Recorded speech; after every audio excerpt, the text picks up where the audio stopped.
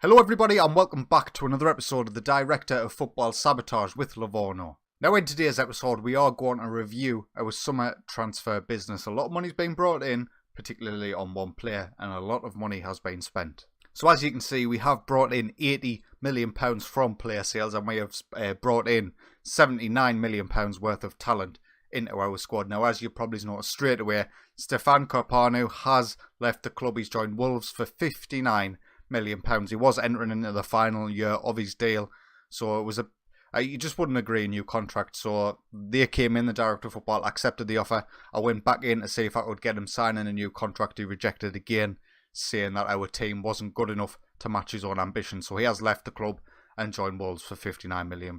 Patrice Derrian-Schmidt, one of the really big things about him, I thought he was going to come in and be absolutely fantastic. For us, he was absolutely terrible. He made 35 appearances in the first season, scoring 13 goals, which I guess isn't that bad, but it's still not great.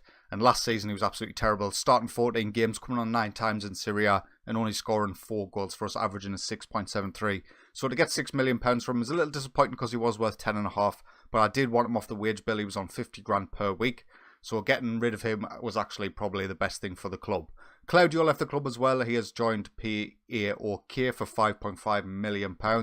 When I signed him, I thought he was going to be the future of our attacking midfield, but he hasn't performed particularly well in that position after joining us for £9.25 million, so we have lost £4 million on the deal. But again, we needed to make room for some new players coming in, so I'm happy to get him off the wage bill. Hugo Fernandez joined FC Nuremberg for £2.5 million. He was a decent little player for us. We signed for like £800,000 3 seasons ago, and to be honest, he didn't kick on in terms of his attributes the way I thought he might have.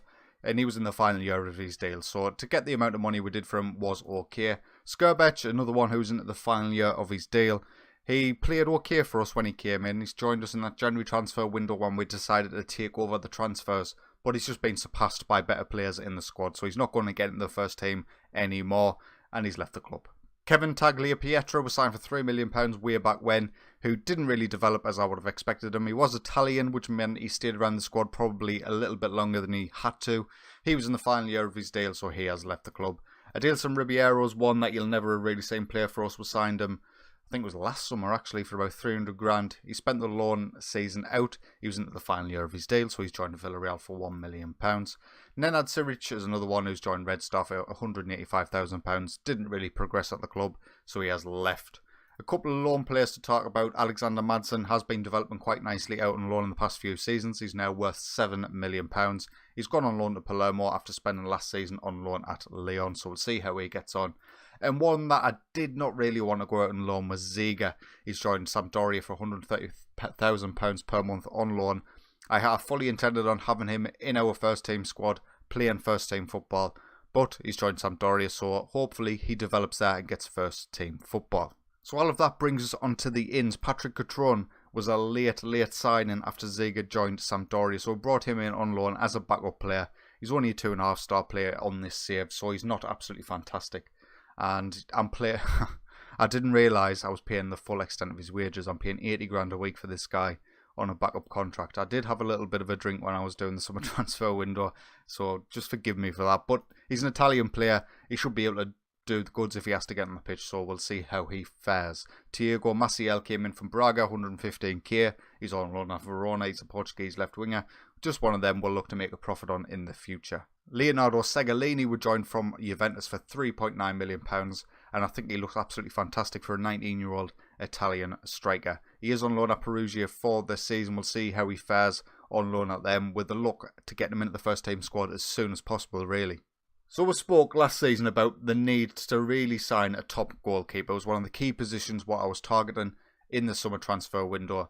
Now, I don't think we've done that with Alessandro Plazzari, but he was literally probably the only one who was an improvement on Jovanovic, who was Italian and available at a reasonable price. There was just no keepers out there who available for a reasonable price who were massively better than Jovanovic. So I'm happy to have brought him in. He is Italian. He's got a little bit of potential still. He's only 26 years old, and I think 6.25 million was a decent fee for him. One of my favourite signings of the summer was Cesar Altinier from Juventus, £12 million. An attack midfielder, Italian, 20 years old, loads of room to grow.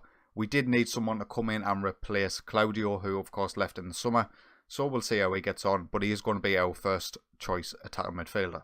Another bit of a panic buy was Nicola Solari, 12.25 million, an Italian central midfielder from Napoli. I think he'll bring some much needed quality in the depth at central midfield. We did struggle at times when Solossi and Milenkovic were both out injured. We didn't really have the players to come in and be good enough for the first 11. I think this guy is that, but he's too expensive. 12 million was far too expensive for this guy.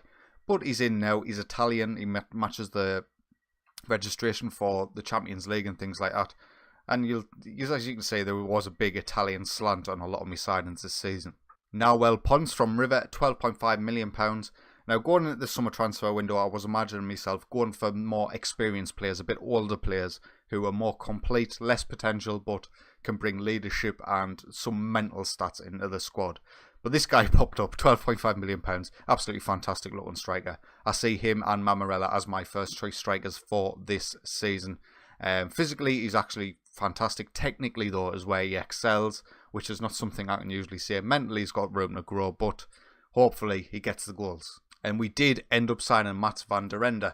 And actually, once he's in the squad and I see his stats and I just look at him, I think he's actually a little bit of an upgrade on Carpano, despite Carpano having some absolutely tremendous stats himself. So if we just look at the comparison here, obviously Carpano's massively outweighing him in speed, vision, attacking.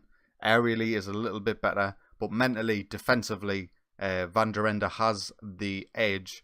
And I just think that with Moise Vlad-Paul and Carpano both at central midfield, both like speed merchants, it wasn't really a good balance at centre half. So having him and Moise Vlad-Paul playing Van der Ende, I think we've got a better balance to our squad. So hopefully he comes in and helps keeps the clean sheets.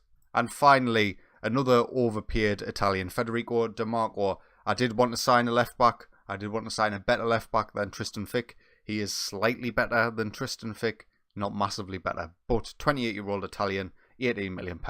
Too much money spent, but I wanted more Italians. So all that waffle leads us on to today's game, which is Sassuolo away from home in the opening game of this Serie A season. And this is how we're going to line up for today's game. Plazzari will start in goal. Ivanovic, Van der Ende, Vlad-Paul and Di Marco in defence. Stoichev, Solossi, Milenkovic in the centre. Altanier, Mamarella and Ponce leading the line. So Sassuolo come at us with the 4-3-3 formation with the attacking wingers. I think I'm going to try and mark these two out of the game to try and nullify their attack. So we kick off. A lot of new signings. It might take some time for them to bed in. I'm not expecting absolute miracles going into the first 5 or 10 games of the season or so. But hopefully we can do some business today. Van der Ende at the front post finds Ponce. And there we are. We're 1-0 up 2 minutes in. Ponce getting a goal on his debut with an assist for Mats van der Ende. Absolutely lovely stuff. Short corner by Milenkovic to Solossi. He finds Van der Ende at the front post. And it's a bit too easy. No marking by the Sassuolo defence. But I'll take it all day. The first half's just ticking away after that opening goal. Nothing really happening for either side. We are dominating possession, and that is fine by me, as long as we are wary of a counter-attack coming from Sassuolo, and we keep things tight at the back. So there it is, half-time. Ponce gets us the goal. It takes us to the half-time lead. Let's see if we can hold on to it. So we're not absolutely smashing Sassuolo here, you know. There could potentially be one of them games where they get one chance, one goal. Hopefully not, but we'll keep an eye on things. Keep an eye on our players. Everyone seems relatively fit. I'll have to take Ivanovic off at some point, and at some point is going to be now. We'll get Belanzioli on in his spot. Second half's just ticking away just like the first half, so we'll keep at it now. 15 minutes to go. We'll look to make a couple of more subs. We'll get Johan Drean on for Stoichev, and we'll get Tristan Fick on for Federico Di Marco, and we'll see if we can just hold on to this, lads. Nothing silly. And that might be that. Stefano Sensi with the corner for Sassuolo later on. Duncan's shot is hit off one of our players. We get a free kick, and that is going to be that. We get away with it. A 1-0 win against Sassuolo in the opening game of this season. Not very convincing, but obviously got a lot of time for the players to bed in, get used to the system, get used to the new players that are in, and hopefully we've improved our squad over the last season, and we can push on and maybe challenge for the title. So looking forward to the next episode. It will be the Champions League group stage opener. We do not know who that is going to be against just yet, but we'll find out soon, and I'll probably include it in the opening bit of the first episode. But anyway, if you have enjoyed today's video, please consider leaving a like, and if you are enjoying my content, get yourself subscribed. But until next time, take it easy.